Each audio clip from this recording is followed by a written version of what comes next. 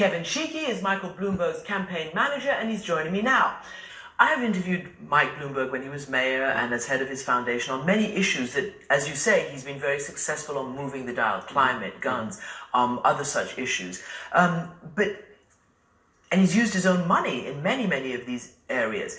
But the sort of national feeling for billionaires is not as warm and cozy as perhaps you might like. And certainly the progressive wing of the party are already going after him on this issue. We're just going to play this. We do not believe that billionaires have the right to buy elections. That is why multi-billionaires like Mr. Bloomberg are not going to get very far in this election. Answer?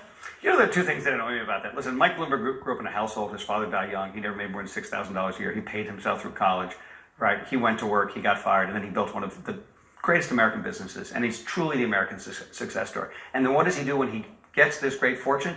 Very early in his career, he says, you know what? My goal is to bounce the check to the undertaker. I want to make sure that I give it back. I'm not going to hand my company to my children. I'm not going to let them work in my company. I have a no nepotism rule, right? And I'm going to do everything I can to get this great fortune and put it towards good, right? Focusing on issues like the environment, focusing on like the issues of education. And so to suggest that anyway, I'm not quite sure what you're supposed to do. Are you supposed to fail in business? Are you supposed to keep your money to yourself? Like, I'm not quite sure what that attack means. And then the second part, which I think is totally dismissive. Hey, listen, if you want to hate Donald Trump because he inherited his money and has done little with it other than divide people, I'm with you, right? If you want to hate someone who not only has made a fortune, has pledged to bounce the check to the undertaker, but has truly been one of the great chief executives in American history, both in business, you know, both in government, 12 years as mayor of America's largest city, brought New York City back after 9/11. Like, I have a lot of respect for the senators that are running, but I don't know that they have the same credibility to bring back a city like New York at a time like it did. I appreciate their service.